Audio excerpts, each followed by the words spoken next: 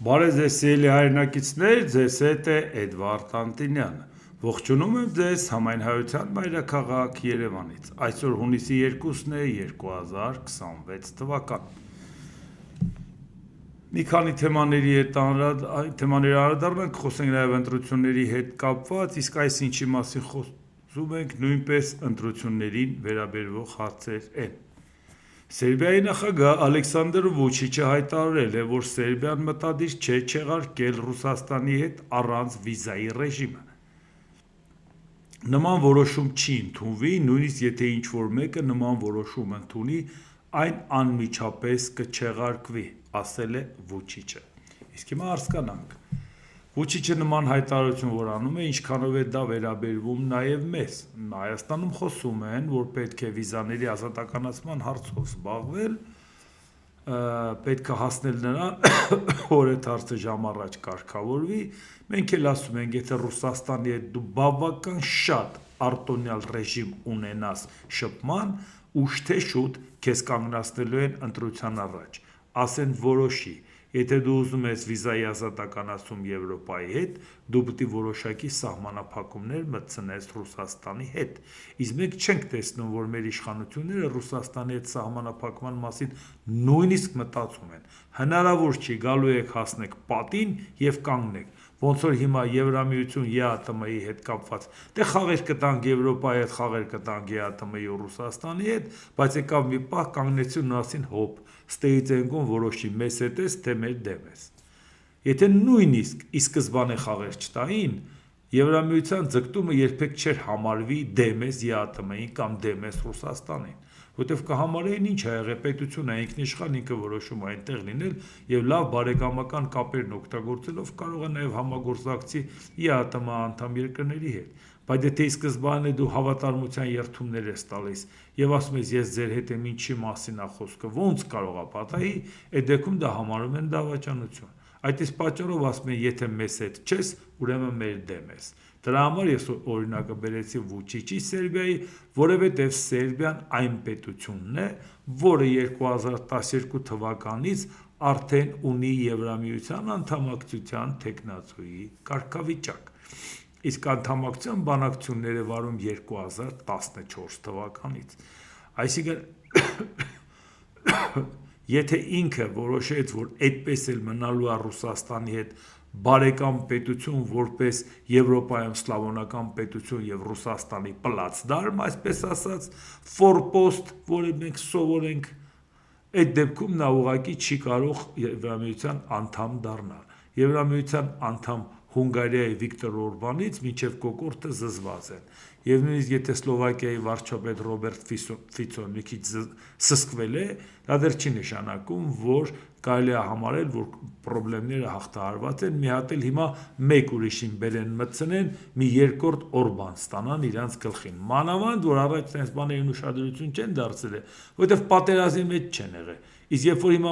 պատերազմի մեջ ես ու պետք է մոբիլիզացնես հասարակությունները, պետք է մոբիլիզացնես ուժերդ եւ մեկ է տեսնում ես մեկը հակառակորդի թիմից է խաղում, արդեն դա խնդիր է առաջացնում, որոնից ստիպված պետք է լինես օրենսդրությունը վերանայես։ Եվ սա այն Բելգրադն է, այն Սերբիան է, որը դեռ Հավարասլավիա եղած ժամանակ, երբ որ Կոսովոյի պատերազմի պատճառով փորձում էին զսպել սերբերին, դրեցին եւ ռմբակոծեցին 75 օր ՆԱՏՕ-ի կորզանիչները ռմբակոծեցին Բելգրադը 1999 թվականին։ Բայց նույնիսկ այդ պարագայում, երբ որ դա շատ ծանր տարան սերբերը, դա այս հետո իհարկե Հարավսլավիան քանդվեց, բայց միևնույն է իրանք այնուամենայնիվ իրանց մեջ ուժ գտան, որտեղ այդ ռմբակոծողները եվրոպական երկրներ էին ՆԱՏՕ-ի անդամ։ Իրանց մեջ ուժ գտան, այնուամենայնիվ գնան դեպի Եվրամիության անդամակցություն, համարելով, որ դա է ճիշտ ճանապարհը իրենց պետության համար։ Բայց եթե դու այդ քայլը անում ես, ուժը գտնում ես, տեխնատուի կարգավիճակ ես ստանում, բայց չես կարողանում պորտալարդ կտրես Ռուսաստանից, դրա համար 14 թվականից մինչև այսօր չի հաջողվում, որ դու անդամակցության հետ կապված վերջնական ժամկետը հաստատեն։ Եվ սա նշանակում է, որ հիմա նույնպես հարց է առաջանում, իսկ որպեսզի չմեղադրեն Եվրոպային, հարց է առաջանում, ինչպես է ցանկանում միաժամանակ ազատ ռեժիմ ունենալ Ռուսաստանի հետ եւ միաժամանակ ազատ ռեժիմ ունենալ Եվրամիության անդամ պետությունների հետ։ Այն դեպքում, երբ որ նրանք էլ միաժամանակ իրար թշնամի են համարում։ Խնդիրը չի լուծվում։ Եվ սա նաև դաս է մերոնց համար, որ առավոտից իրիկու ոգևորված չասեն, տեսեք, բանակցությունները հաջող են ընթանում եւ մենք եկել ենք ինչ-որ մի բանի ենք հասել։ Հիմա Ռուսաստանի Դաշնության գյուղատնտեսական վերահսկողության դաշնային ծառայությունը հայտարարություն է տարածել։ Հունիսի 2-ից ժամանակավոր սահմանափակումներ կմտցվեն Հայաստանի ծագող եւ այնտեղից առաքվող կորիզավոր պտուղների, բալի, կեռասի, ծիրանի, սալորի, դեղցի, նեկտարինի, ինչպես նաեւ թարմ խաղողի ներմուծման, ինչպես նաեւ այդ ապրանքների ԵԱՏՄ անդամ պետությունների տարանցման վրա։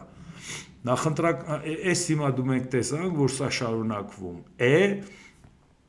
Ռուսաստանը կոնկրետ ասում է, որոշի ԵԱՏՄ-ի հետ եթե եղար,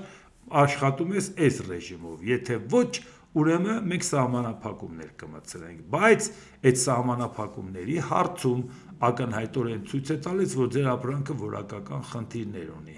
Այսինքն մենք աչք ենք փակել, որովհետև քաղաքական առումով մեզ հետ ես, մենք աչք չենք փակի, եթե դու մեզ հետ չես։ Այն պարագայում, երբ որ մեր գյուղատնտեսությունն զարգանալու համար, որ բերենք այնպիսի ստանդարտների, որ կարողանանք եվրոպական շուկայում վաճառենք, այդ ուղղությամբ էլ մենք գործնական քայլեր չենք արել, որովհետև ասել ենք դեռ ռուսական շուկան մեզ համար կա։ Այո, եվրոպական շուկա մտնելու համար բնական է, տրանսպորտային ծախսերը ավելի շատ է, բայց հավանականությունը, որ գոնե թանկ ապրանքը Եվրոպայում կվաճառվի կամ արաբական երկրներում, նավթային երկրներում, շատ ավելի մեծ է, քան մտածես, որ այդ ապրանքը կվաճառես Ռուսաստանում, որովհետև Ռուսաստանը նախ թանկ ապրանք չի ուզի, եւ հիմա էլ իսկ անորակ ապրանքն էլ կուզի այնքան ժամանակ, քանի իրեն քաղաքական առումով դա ձեռնտու է։ Այդպես էլ մեր տնտեսությունը չի զարգանա եւ ուղիներ չեն որոնի։ Դրան էլի կանադառնանք, դա կարևոր հարց է։ Նախընտրական բանավեճի ժամանակ քաղաքացիական պայմանագիր կուսակցության անդամ Անդրեյ Սիմոնյանին հարց ուղղվեց. Գորիս Կապան ճանապարհը ում պահանջով եք հանձնել։ Ալեն Սիմոնյանը պատասխանեց. դա մեր պահանջն է, այո, դա մեր պահանջով է։ Չեմ պատկերացնում, թե ինչ է նշանակում դա մեր պահանջով է։ Եթե դա Հայաստանի տարածք է, մենք խոսում ենք, որ Հայաստանի տարածքը 29743 քառակուսի կիլոմետր է, եւ մեկ էլ մենք այդ ամբողջը պայմանավորված քարտեզ ենք ասում, տարածքային ամբողջականությունը ճանաչել ենք ասում փոխադարձաբար, մենք մեր ցանկությամբ տարածքը ուշադրություն, պատերազմով չի վերցրել հակառակորդը, քո ցանկությամբ տարածք հանձնելու համար կարող է անել միայն հանրաքվեով։ Եթե դու առանց հանրաքվեի տարածք ես հանձնել քո կամքով, դա պետական հանցագործություն է։ Այսինքն Ալեն Սիմոնյանը հանրային հեռուստաընկերության եթերով տվեց խոստովանական ցուցմունք, հաղորդում հանցագործության մասին։ Այսինքն Հայաստան պետության նույնիսկ դա չի արդարացում, որ ասի, եթե չտայինք պատերազմ կսկսեր, դու այդ որոշում կայացնելու իրավունքը չունես, դու պետք է դիմես ժողովրդին եւ ասես սենց խնդիր ունենք, եթե չտանք պատերազմ կսկսվի, բայց դու դա տալիս ես թաքուն, սկզբից թաքցնում ես այդ փաստաթղթերը, ինչ որ ժամանակ է անցնում արտահոսք է լինում, հետո արտահոսքի պատճառով մարդիկ են աշխատանքից ազատվում, իրական հարցը այդպես էլ ջրի էլես դուրս չի գալի եւ բավական ուշ արդեն հայտարարում, որ դե ինչ ա եղել, մենք ենք որոշել ու մենք ենք տվել։ Այսքան տարի հետո խոստովանում եք դա, որովհետև փորձել եք կոտրել հայ ժողովրդի դիմադրողականությունը, համոզված լինելով, որ այլևս ինչ էլ ասեք տվել ենք, ժողովուրդը ոչինչ ձեր դեմ չի անելու։ Այս սա էր պետք իշխանությանը, որ տարիների ընթացքում կարողանար կոտրել, ըմբոստ մարդկանց համար պայման չլներ ընտրության մասնակցելու ժամանակ էլ առավոտից երեկո ասեն, ինչու եք մասնակցում, փոշիացնում եք, ասում են, որ չփոշիանա, ում եք ուզում, որ ընտրվի, Փաշինյանին, Սամվել Կարապետյանին, ում դարդն եք դուք լացում, որ ասում եք չփոշիանա։ Անընդհատ մարդիկ են ասում են, մի բան մտցրել են գլուխը, խորհրդարանական ընտրություններին, ուրեմն ըստ ձեզ պետք է մասնակցեր երկու ուժ, որ չփոշիանար։ Ինչ ելներ։ Այդ հատուկ մտցրած մի բանի համար, որպեսզի այն ուժերը, որոնց որ չեն կարող ասել եսեք թալանել, եսեք կերել, եսեք վերցրել, այդ ուժերը չգան խորհրդարան, բայց ի զարմանս իրենց ժողովուրդը լավ էլ հասկանում է ինչ է արվում, բոլորի վրա չի ազդում իրանց այդ մանր ժուլիկությունը եւ շատ-շատերն ասում են այո վստահաբար գնալու են եւ ձայն տանք Հայաստանի Շնորհապետական կուսակցությանը։ Այսինքն դուք լսեցիք, ազգային ժողովի նախագահը իշխող քաղաքական ուժի անդամը, խորհրդի անդամը կանգնում ասում է, որ մենք ենք Հայաստանի տարածքը հանձնել Ադրբեջանին։ Հիմա նայենք Նիկոլ Փաշինյանը ինչպես է պարզաբանում է ստեղծված իրավիճակը։ Այն ինչ վերաբերում է բուսասանիտարականին, դա սովորական բան է։ Դա միշտ էլ եղել է եւ պետք է լինի, որովհետեւ անշուշտ այն ապրանքների առողջությունն ու որակը, որոնք մենք մատակարարում ենք երկրների միջև եւ Եվրամիություն շատ կարեւոր է, բայց այս պահին դա քաղաքականացվում է։ Եվ ես վախենում եմ, որ դա որոշակի բացասական տրամադրություններ կստեղծի Հայաստանի Հանրապետությունում եվրոպական ներդրումների ուղղությամբ։ Իսկ ինչի եվրոպական ներդրումների ուղղությամբ բացասական տրամադրություն պիտի ստեղծի, բայց ԵԱՏՄ-ի նկատմամբ չպետք է ստեղծվի։ Բայց ԵԱՏՄ-ն է սանկցիաներ կիրառում։ ԵԱՏՄ-ն է այսօր ասում, եթե ինձ հետ չես, պրոբլեմ կունենաս։ Հայաստանի իշխանություն այնպես հարաբերությունդ կարգավորեիր ԵԱՏՄ-ի ու Եվրամիության հետ, որ սանկցիաների տակ չընկնեիր։ Այսինքն սա ակնհայտորեն ցույց է տալիս, որ այդ խաղը ինչը որ տարվում էր, եկավ մի պահ, որ ասին դե հիմա խոստումների պատասխանը տուր։ Եվ Հայաստանի էկոնոմիկայի նախարար Գևորգ Պապոյան, Հայաստանի էկոնոմիկայի նախարարությունը կառավարության քննարկման է ներկայացրել աջակցության ծրագիր, որպեսզի հայ տնտեսվարողները կարողանան իրենց արտադրանքը դեպի Եվրամիության շուկա արտահանել։ Կառավարությունը նման որոշում է կայացրել Ռուսաստանի կողմից հայկական բազմաթիվ ապրանքների ներմուծումը սահմանափակելու ֆոնին։ Փառք Աստծո, հասկացաք, որ փրկությունը Եվրոպան է, հասկացաք, որ Ռուսաստանը մի օր դեմներդ կփակի եւ դուք չեք իմանա ինչ եք անելու։ Բա մինչեւ ձեր այս հայտարարությունը, մինչեւ Ռուսաստանի սանկցիաները, մարդիկ քանի 100, քանի 1000 անգամ են լսել, որ այդ խնդրի մասին խոսել են, որ գալու եք կանգնելու եք փաստի առաջ։ Իսկ հիմա ոգևորված ցույց եք տալու, որ մենք ուղիները կորոնենք, ուղիները կգտնենք եւ կմտնենք Եվրոպա։ Պետք է փոխհատուցում էլ կտանք։ Հասկանում եմ, որ այդ ամեն ինչը կարող եք անել, բայց ոչ թե դապտի տես հախուռնալվեր,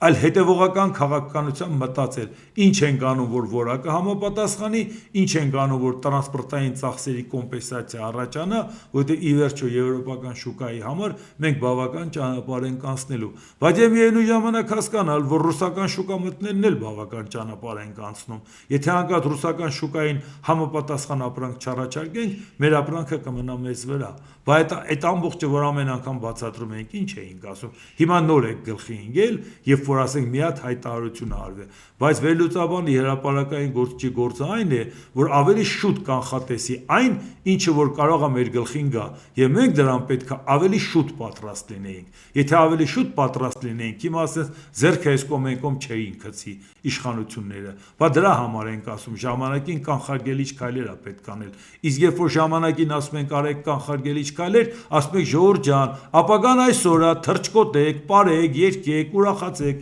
իրա սրտիկ ցույց տվեք, ինչի հետևից եք ընկել։ Հիմա ասում եք այն նույն բաները, ինչ որ ասել ենք ժամանակին, պարզապես ժամանակին հետևողական քայլերով որ անեիք, այսօր ստիպված չէի կլինի մեծ արագությամբ անել ու մեծ փողեր դնել ու մեծ կոմպենսացիաներ անել։ Բայց սրա մասին է խոսքը։ Ապագան կանխատեսելու կարողություններ ունեցող մարդիկ պետք է երկրի պետական կառավարման մեջ լինեն, որպեսզի ինչ որ մի բան կարողանան առաջընթաց տեմպերով անեն, ոչ թե հետևից ընկնեք իրադարձությունների։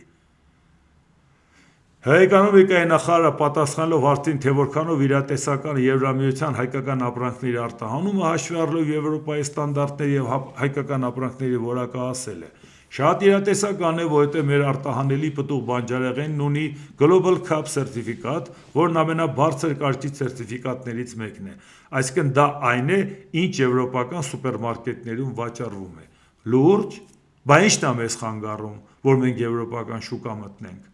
Տրանսպորտային ծախսը մտածենք ուրիշ բան։ Ուկրաինայով եկող պարոմը այդքան մտածում էր, թե մերոնք կօգտվեն, ասում են չէ, մեզ դա պետք չի։ Մենք Ռուսաստանի հետ ենք աշխատում, մեր ապրանքը Ռուսաստան ենք ուղարկում։ Գուցե դա պետք էր մտածել։ Ծովային հնարավորությունն էլ կար, ցամաքային հնարավորություն, եթե ապրանքը հասներ Ուկրաինա։ Ներողություն։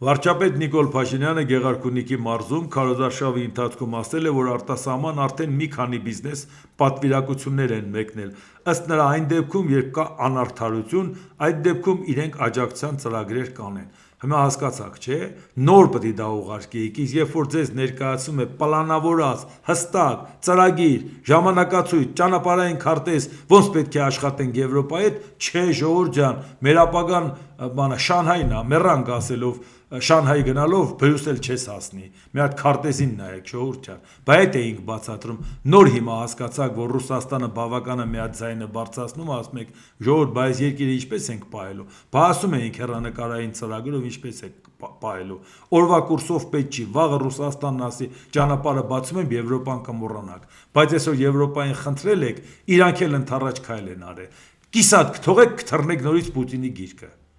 Ու դրա համար հուսալի գործընկեր չեք լինի, ոչ նրա համար,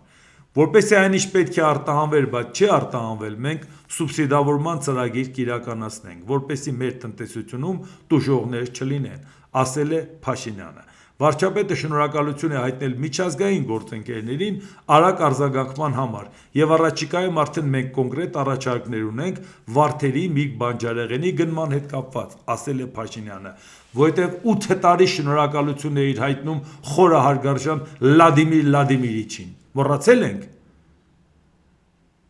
Եվ մարդիկ մեռան ընդառաջ քայլ անելով։ Քանի անգամ պետք է ընդառաջ քայլն անեն։ Հիմա այսօր շնորհակալություն ես հայտնում արագ արձագանքման համար, բայց նրանք ուղղակի պետքա լինեին մեր հուսալի գործընկերները։ Ի սկզբանե հետևողական քայլերով, ինչը որ մենք առաջարկում ենք մեր հանրությանը։ Եվ շարունակում է Ռուսաստանից ուղղակի կամ անուղղակի ճնշումը։ Ռուսաստանի Դաշնության Պետդումայի նախագահ Վյաչեսլավ Վոլոդին։ Նույն բանը տեղի ունեցավ Ուկրաինայում, Եվրամիությանը անդամագրվելու որոշում կայացնելիս մի բան էին ասում, այդ թվում զարգացման հեռանկարների մասին։ Գործնականում պարզվեց, որ նույն ուկրաինական գյուղմթերքը եվրոպական շուկաները ըստ էության այդպես էլ թույլ չտվեցին, դրա համար սահմանելով խիստ եւ անշահավետ սակագնային քվոտաներ։ Սա է սպասվում նաեւ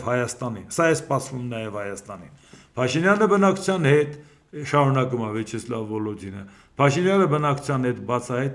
բացահայտ չի խոսում Եվրամիություն անցնելու մասին։ Հայաստանի քաղաքացիներից թաքցնում է, թե ինչ կարժենա երկրի դուրս գալը ԵԱՏՄ-ից։ Վալոդինը մատնանշել է, թե կոնկրետ ինչով կանդրադառնա Հայաստանի համար ԵԱՏՄ-ից դուրս գալը։ Փաշինյանը հավանաբար անձնական պարտավորություն է ստանձնել Հայաստանի Եվրամիությանը միացնելու հարցում եւ ի կատար է ածում այն։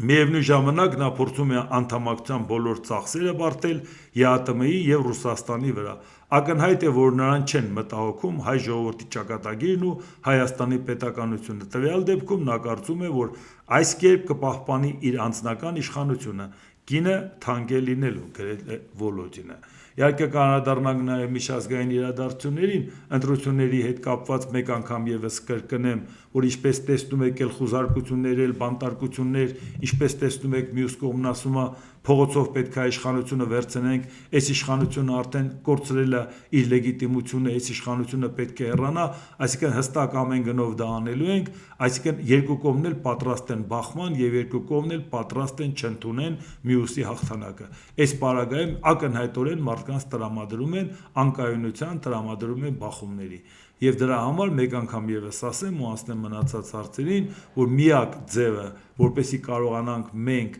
այս վիճակը կանխել, դա պետքա լինի Հայաստանի շնորհապետական կուսակցությունը, որը ստանալով ծանրակշիռ ձայն, որը ի սկզբանե չի դիրքավորվել, որ եթե ձայն ստանանք կմիանանք Նիկոլ Փաշինյանին կամ եթե ձայն ստանանք կմիանանք Սամվել Կարապետյանին։ Այլ հստակ ասելա ոչ մեկին էլ չենք միանա։ Արբիտր լինելու համար առնվազն պետք է կարողանաս հավասար հեռավորություն պաշտպանես երկուսից էլ, որպեսզի վաղը երբ որ բախումը գա, մտնես երկուսի արանքը եւ թույլ չտաս, որովհետեւ բախման գնալու են մեր հասարակ ժողովուրդը, իշխանություններից ոչ այս կողմից, ոչ այն կողմից ղեկավարությունը չի գնում, բախման տակ չի ընկնում, ոտատակ չի ընկնում։ Նախորդ դեպքերը մենք շատ լավ ենք հիշում։ Դրա համար մի տարբերակ ունեք այո ձայնը տալ Հայաստանի շնորհապետական կուսակցությունը, որի նախագահն է ու վարչապետի թեկնածուն Գուրգեն Սիմոնյանը։ Հիմա ընտրությունների հետ կապված մի բան էլ ասեմ, երեք հանրային ու ինչ-որ բանավեճ ա եղել, նույնիսկ ես ուշադիր չեմ եղել, ինձ մի քանի հոգի ասեցին, ժամանակ չեմ ունեցել նայեմ, որ ինչ-որ մեկը ասել է, որ ես 2022 թվականին ասել եմ Ղարաբաղի իշխանությունը եւ Ղարաբաղի ժողովուրդը Հայաստանի թշնամին են։ Ուզում են մարդուց իմանան կարծիք, թե ինչա, բնական է մարդը դրանից կարող է տեղյակ չլինել, ես կարող եմ այդ հարցին պատասխանել, ով որ ցանկություն ունի 2026 թվականին, ոչ թե 22 թվականին իմ ասածը լսել, լսեք հիմա եւ կարող եք նաեւ 2022 թվականին ոչ թե մի քանի վայրկյանանոց տեսաերիցը տարածեք, որ ոչ մի բան չհասկացվի, թե ինչ եմ ասել, ձեր ուզած բառերը դնեք։ Եթե դուք 22 տարվա իմ հրապարակային գործունեության ընթացքում վերցել եք ըստ ձեր խելքի 22 վայրկյանանոց մի հատ բան եք, թե 22 վայրկյան չկար, իրար կպցնելով, որ չհասկացվի ինչ եմ ասել, որպեսի դրանով իմ նկատմամբ տրամադրեք մարդկանց, ուրեմն լսեք պարզաբանումը պարզ եւ հասկանալի։ Երբ որ 2013 թվականին Զորի Բալայանը կանգնեց եւ դիմեց Վլադիմիր Պուտինին եւ ասեց, որ սա Արցախի հարցը չէ, սա Ռուսաստանի հարցն է, Գյուլիստանի պայմանագրով Արցախը պատկանում է Ռուսաստանին, արի եւ տեր կանգնի քո տարածքին։ 13 թվականին Հայաստանի նախագահն է Սերժ Սարգսյանը, որը համարում էր, որ ինքը Արցախի անվտանգության երաշխավորն է, մենք էլ ունենք տարածաշրջանի ամենամարտունակ բանակը եւ այդ պարագայում ինքն էլ Արցախից եկած, ինքը ոնց կարող է պատահի Արցախի համար սիրտը չցավեր եւ ինքը ամեն ինչ արել էր Արցախի համար։ Բա Արցախի համար ամեն ինչ անող Սերժ Սարգսյանի լավ էլ գաղափարական ավակ ընկեր Զորի Բալայանեն չէր դիմում Պուտինին, որ Ղարաբաղի անվտանգության երաշխիքը պետք է Ռուսաստանը ապահովի, այն էլ ոչ թե պետքա զորք մտցնի ու ապահովի, այլ պետքա ուղղակի Արցախը մտնի Ռուսաստանի կազմ։ Դրանից հետո մարդիկ սպասում էին, որ որևէ մեկը Արցախում կկանգնի կասի ես ինչ ես անում։ Հայաստանից գնացել են, զոհվել են, գնացել են այդքան կորուստներ են ունեցել, այդքան էս ամեն ինչից զրկվել են, հազարը մի ծրագրից դուրս են մնացել, որ դու կանգնես այսօր ասես Հայաստանի հետ ինչ գործ ունենք, մեր անվտանգության երաշխավորը Ռուսաստանն է եւ Արցախը մտցնում ենք Ռուսաստանի կազմ։ Եվ դրանից հետո ինչ եղավ, թվում էր թե Հայաստանի իշխանությունները կասեին, որ լավ կամ վերլուծաբանը ինչ-որ մի բան ասել հրապարակախոսա, դա պաշտոնական կարծիք չի, բայց ոչ, ընդհակառակը դա չասվեց, այլ ընդհակառակը մեկ ամիս հետո Սերժ Սարգսյանը գնաց Լեռնային Ղարաբաղ, Բակո Սահակյանի հետ, Արցախի այն ժամանակվա նախագահի հետ գնաց Զորամաս, հետը տարավ նաև Զորի Բալայանին, Զորի Բալայանը իրանց հետ նկարվեց եւ Հայաստանի նախագահի պաշտոնական կայքեջում դա դրած էր, որ այսինքն ես եւ Բակո Սահակյանը տեր ենք նրան, ինչ որ ասել է Զորի Բալայանը, այսինքն այո, եկեք Արցախը տարեք, Արցախը ձերն է, բայց մենակ դա չէր հարցը, որ մենակ դա ալներ։ Նույն Զորի Բալայանը ասում էր, բայց չէ որ Թուրքմենչայի պայմանագրով էլ Հայաստանը Ռուսաստանի կազմում էր, արի եւ վերցրու Հայաստանը։ Դուք պատկերացնում եք հարգելի հայրենակիցներ, ես Հայաստանի քաղաքացիս լսում եմ, որ Արցախում նստած, որ մեր զորքը պահում Արցախցուն, որ մեր երեխաները գնում են այնտեղ, որ գնում են, ըստեղից էլ գրանցումից դուրս են գալի, գրանցում են այնտեղ եւ ասում են այնտեղ ծառայության իրանց տներն են պահում, իսկ Զորի Բալայանը ընդեղից գրում է Պուտինին, ասում է արի այս մեր տունը պահող զինվորի ծնողների տունը վերցրու։ Սա ինչա կոչվում ժողովուրդ ջան։ Հայաստանը որևէ մեկը կոչ է անում, որ պատմականորեն փաստերով ապացուցում է, որ Հայաստանը պետք է գոյություն չունենա, պետք է լինի Ռուսաստանի կազմում, այն մարդը, որը որ լավ է հասկանում, որ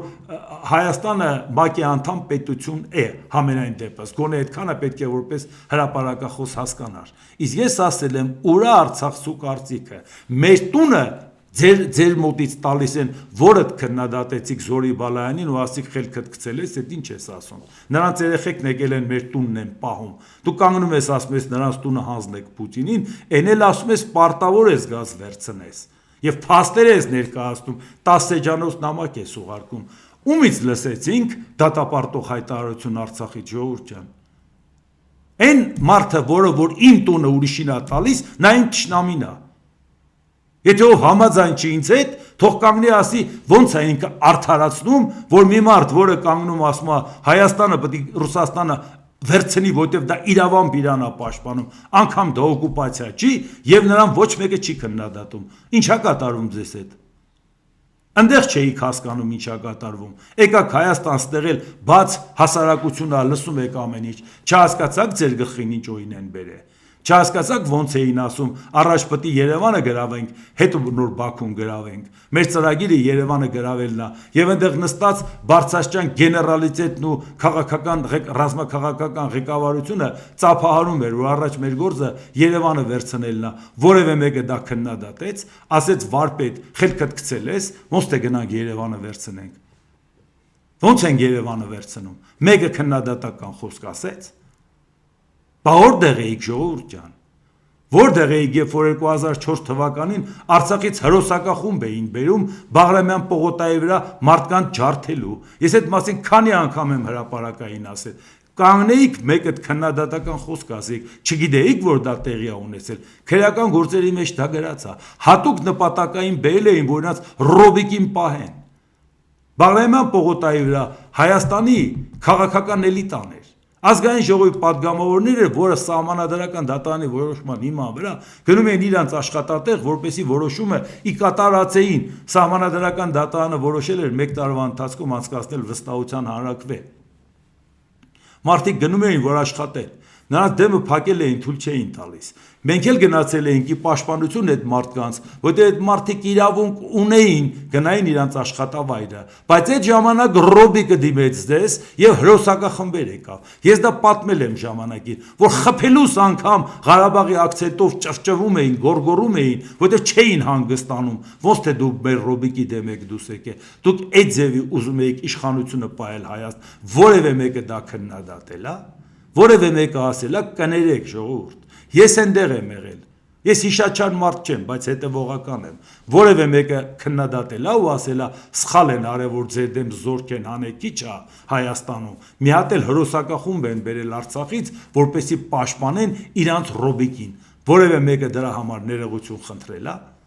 Ոչ, ժողովուրդ ջան։ Դուք այսօր Հայաստանում ապրելով նույնիսկ գտնում եք, որ Քոչարյանը ճիշտ է, իր ժամանակ համ Արցախն էր ձերը, համ Հայաստանը։ Դա ենք բացատրել։ Բացատրել են, որ ոնց կարող է պատահ 2007 թվականին համապատասխան փաստաթղթով Մադրիդի սկզբունքները 2007 թվականի նոյեմբերի 29-ին, որը որ ստորագրել էր ներողություն Ռոբերտ Քոչարյանն ու Իլհամ Ալիևը։ Այնտեղ գրված չէ Լեռնային Ղարաբաղի Հանրապետություն։ Այն դեպքում, երբ որ 91 թվականի սեպտեմբերի 2-ին, որ հռչակվել է Լեռնային Ղարաբաղի Հանրապետություն, Ռոբերտ Քոչարյանն ասում էր, դա ես եմ դրա նախաձեռնության հեղինակը։ Եվ ինքը 2007 թվականին գնում ասում է Լեռնային Ղարաբաղի բնակչություն, ասելով հասկանում ենք Լղիմի բնակչությունը։ Այսինքն մոռացեք Լեռնային Ղարաբաղի Հանրապետություն, որի հետ կապված ոչ միայն հռչակվել է որպես հանրապետություն, այլ տեղի է ունեցել հանրաքվե դեկտեմբերի 10-ին 1991 եւ 1992 թվականի հունվարի 6-ին հռչակվել է պետական անկախություն։ Այդ ամբողջը վերցրեց ջուրը լցրեց, որովհետեւ ասեց, որպես կանոն Լեռնային Ղարաբաղի Հանրապետություն չկա։ Կա Լղիմ, եթե Լեռնային Ղարաբաղի Հանրապետություն չկա, ուրեմն այդ բոլոր փաստաթղթերը խորհրդային միության օրենքներով արված, այդ բոլորը լցվեց ջուրը։ Բայց ավելի մեծ խնդրի վրա ուշադրությունը ձեզ հրավիրեցի, որ երբ որ անցնի պլեբիսցիտ, ապա Լեռնային Ղարաբաղի Լղիմի տարածքով պետքա պլեբիսցիտի վերաբերվի դա ընդհանրապես Լղիմի, ոչ թե Շահումյան, Գետաշեն եւ այլ բնակավայրեր։ Եվ այդ ժամանակ պետքա Արցախի հայ բնակչությունը եւ Ադրբեջանի բնակչության հարաբերակցությունը պահպանվի։ Այսինքն, եթե 88 թվականին եղել է Արցախում 120,000 հայ, 2028-ին թե 2038-ին երբ էլ կլինի պլեբիսցիտ, 120,000 հայից ավել Արցախում չի լինելու։ Ինչպես կարող ես դու երաշխավորել, որ Արցախի բնակչությունը չի աճելու։ Ինչպես։ Ոնց ես դու դա խոստացել Ադրբեջանին,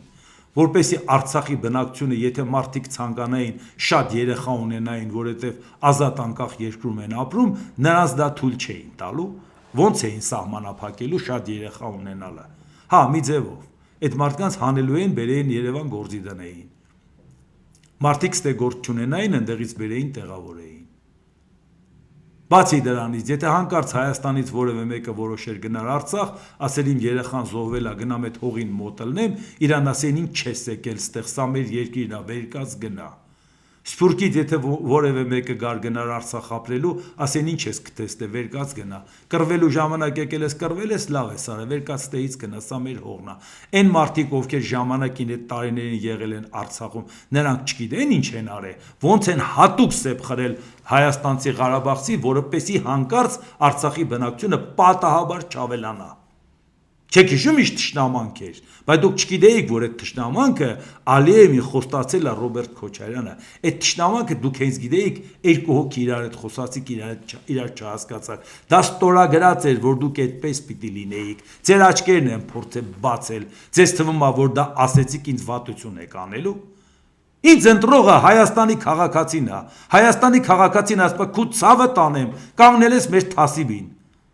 Ձեզ թվում է ինձ վատություն եք արել։ Ես Արցախին փորձել եմ օգնել, կանգնել ասել եմ Արցախը դատարկելու են։ Այն նույն հաղորդումը, որը Նոյան Տապանով քթել եք մի կտոր եք քթել, ամբողջը ցույց տվեք, որ ասում էի Հայաստանի վարչապետը պայմանավորված Արցախի իշխանության հետ Արցախը դատարկելու է։ Այդ ժամանակ նույնիսկ չէին խոստովանում Մադրիդի ներողություն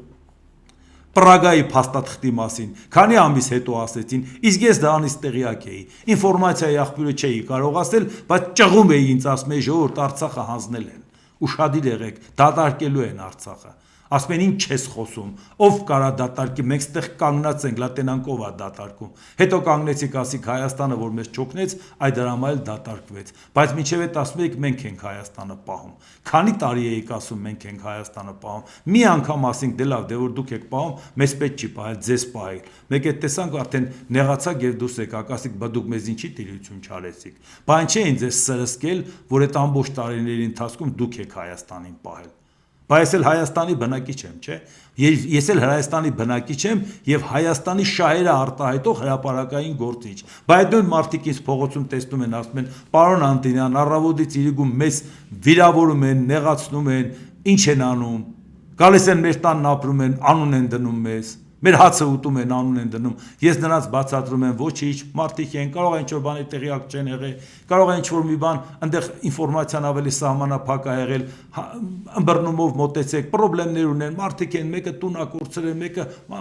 հարազատ է կորցրել, հանգիստ եղեք։ 2022 թվականին, որ գնացել եք, իմ ասածից մի քանի կտոր կտրել եք, տարածում եք, բա ամբողջը տարածեք, վախենում եք։ Այս ամբողջը, որ հիմա ասեցի,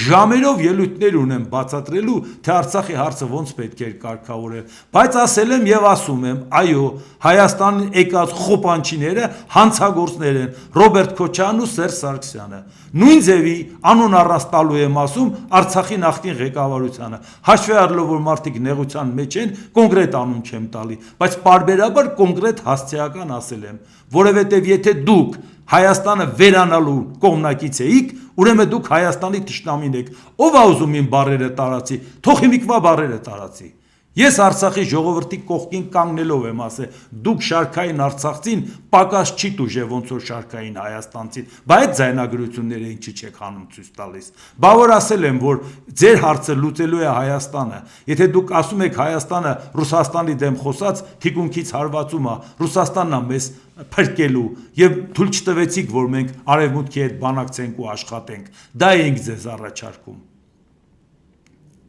Արդյունքում չտեսաք ինչ եղավ։ Նույնիսկ այդ ամեն ինչը տեսնելուց հետո, ինձ զգուշացումները, որ չեք էլ արել, այդ ամեն ինչը անելուց հետո, ինձ գտաք, որ հանեք Արցախի թշնամի, 22 տարվա նյութերից մեջ կոմպրոմատ եք գտել ին վրա, այնը շատ ցավով եմ ասում, որովհետև ես սրտացավոր եմ պայքարել եմ Արցախի իրավունքների համար, եւ այսօր էլ եմ պայքարում, ասել եմ, որ Արցախի հարցը փակված չի։ Այդ Արցախի հարցը փակել է Ռուսաստանը, փակել է Փաշինյանը, պետք է տարանջատվել Ռուսաստանից, պետք է տուն ուղարկել Փաշինյանին, եւ Արցախի հարցը փակված չի։ Իմ դեմ եք արցախցիներին հանում, այ միամիտներ։ Եթե դա ձեր գտած կոմպրոմատը, այսօրվա թարմ ասածս ասում եմ, ով որ Հայաստանի վերանալն է ուզում, նա Հայաստանի թշնամին է, Արցախցին կլինի որևէ այլ պետություն կլինի, որևէ մեկը կլինի, որովհետև ես Հայաստանի շահերի համար եմ խոսում, ես Հայաստանի Հանրապետության քաղաքացի եմ, սա էլ իմ հայրենիքն է, իմ հայրենիքը վերացնել ցանկացող ցանկացածը անձնապես իմ թշնամին է, տարածեք նաև այս մյուս ելույթս, Ժողովուրդ ջան, հանկարծ չմոռանաք, ամբողջական դրեք ու տարածեք, եթե որևէ մեկը ուզում է ասի, որ Արցախի ղեկավարությանն ասել է Հայաստանի թշնամի, բայց Արցախի ղեկավարությունը Հայաստանը հանձնողի հետ չէ իր գնում զորամաս, պաշտոնապես հայտարարում էր, որ ես տեր եմ իր ասածին, այսինքն ես Արցախում նստած, ես տեր եմ, որպեսզի Հայաստանը Ռուսաստանը վերցնի, ես դա օրինականացնում եմ Ստեփանակերտից, եւ դու ուզում ես, որ Հայաստանի քաղաքացին դրա պատասխանը չտա։ Այսօր լան թակարակը շատ ավելի մեղմ եմ ասում, որովհետև հայրենիք եք կորցրել, մենք էլ ձեր հետ հավասար կորցրել ենք, որովհետև մենք կյանք ենք դրել այդ նույն հայրենիքի համար, զրկանքներ կրել ու ամեն ինչ այլ հազար ու մի կոմունիկացիոն խնդիրներից դուրս մնացել։ Մենք Արցախցուց պակաս չենք կորցրել։ Ու այդքանից հետո էլ ասել ենք սա Արցախցու տունն է։ Առաջ անհրաժեշտ բանը վերցրել եք ու դուս եք եկել, բայց իմանալով, որ Հայաստանը ձեր տունն է, ու ձեզ այդպես էլ ընդունել են։ Բայց եկել եք ու էլի օտարի պես եք ձեզ պահում։ Այս է։ Դրա համար անպայման տարածեք նաև այսօրվա ասածս։ Կարճ անդրադառնամ մի երկու հարցի։ ԱՄՆ նախագահ Դոնալդ Թրամփ եւ Իրանի հետ կապված պարբերաբար ինչքան ժամանակս ներում է ձեզ ներկայացնում եմ։ Իրանն իսկապես ցանկանում է գործարք կնքել եւ դա լավ գործարք կլինի ԱՄՆ-ի ու նրանց համար, ովքեր մեզ հետ են, բայց միթե դխմարոկրատները եւ տարբեր արտաքուստ հայրենասիրությունից զուրկ հանրապետականները չեն հասկանում, որ ինձ համար շատ ավելի դժվար է պատշաճ կերպով կատարել իմ աշխատանքը եւ բանակցել, երբ քաղաքական կամակատարները շարունակում են բացասաբար ծլվլալ նախկինում երբևէ չտեսնված մակարդակներով։ Նորից ու նորից, թե ես պետք է ավելի արագ շարժվեմ կամ ավելի դանդաղ շարժվեմ կամ գնամ պատերազմի կամ չգնամ պատերազմի կամ ինչ էլ որ լինի, պարզապես հենվեք եւ հանգստացեք։ Ի վերջո ամեն ինչ շատ լավ կդասավորվի, ինչպես միշտ գրել է Թրամփը։ Այսինքն սա նաեւ ինքը սրտնեղված է, որ իր արարածը չեն գնահատում, ավելի ճիշտ ինքը չի կարողանում խաբել։ Չի կարողանում խաբել, որ ամեն ինչ լավ է գնում։ Մարդիկ հասկանում են, որովհետեւ մարդիկ տեսել են Վլադիմիր Պուտին, որն ասում էր ամեն ինչ գնում ըստ պլանի եւ հետո տեսնում էինք թե ինչ էր անում, բայց շարունակում էր ասել ամեն ինչ գնում ըստ պլանի։ Հնարավոր չի մարդկանց խաբել, մարդիկ հրաշալի հասկանում են, որ դուք այս վիճակից դուրս գալու ծրագիր չունեք։ Մտնելու էլ իմաստ չկար։ Իրանի իսլամական հեղափոխության պահապանների կորպուսի քաղաքական հարցերով հրամանատարի տեղակալ բրիգադի գեներալ Յադոլլա Ջավանին հայտարարել է. Այս պատերազմն անխուսափելի էր եւ դրա սկիզբը մեզ համար անակնկալ չէր։ Մենք միշտ պատրաստվել ենք այս բախմանը եւ դրա ապացույցը վերջին տարիներին հեղափոխության իմամների առաջնորդությամբ հզոր Իրանի կառուցումն է։ Իրանը ոչ միայն հաղթել է պաշտպանական ոլորտում, այլև այս պատերազմից դուրս է եկել որպես համաշխարհային տերություն։ Հորմուզի նեղուցի նկատմամբ Իրանի ինքնիշխանության զարգացումն ու ամրապնդումը միջուկայինից էլ գերազանցող զենք է, որը Իրանին թույլ է տալիս պատժել ագրեսորներին, ասել է իրանցի գեներալը։ Ժողովուրդը մեծ աշխատանք է կատարել իր մշտական ներկայությամբ եւ այդ ներկայությունը պետք է շարունակվի այնքան ժամանակ, քանի դեռ այս մեծ հաղթանակը չի ամրապնդվել, հայտարարել է գեներալ Ջավանին։ Հիմա տեսնում եք, որ Իրանը բացարձակապես զիջելու ցանկություն չունի եւ ինքը համառորեն ասում է մենք հաղթել ենք, Ամերիկան պետքա զիջի։ Այն որ իրանք չեն հաղթել դա պարզ է, բայց այն որ Ամերիկան էլ չի հաղթել դա արդեն համարում են պարտություն։ Իդեպ օբյեկտիվորեն եթե նայենք, այո, դա Ամերիկայի համար պարտություն էր, եթե ինքը չէր կարողացել իր ծրագիրը կյանքի կոչել։ Բայց իհարկե շարունակվում է զարգացումները։ ԱՄՆ նախագահ Դոնալդ Թրամփ շատ արդյունավետ հեռախոսազանգ ունեցա Նեթանյահուի հետ, Բեյրութ զորքեր չեն գնա, ճանապարհին գտնվող զորքերը արդեն հետ են կանչվել։ Բարձրաստիճան ներկայացուցիչների միջոցով շատ լավ զանգ ունեցա նաև Հեզբոլլայի հետ եւ նրանք համաձայնեցին, որ բոլոր կրակոցները կդադարեցվեն, Իսրայելը չի հարձակվի նրանց վրա եւ նրանք չեն հարձակվի Իսրայելի վրա, գրել է Թրամփը։ Իհարկե հաստատ է հեռախոսազանգը այսպեսին չէ, բովանդակությունն ու բնույթը հաստատ այսպեսին չէ,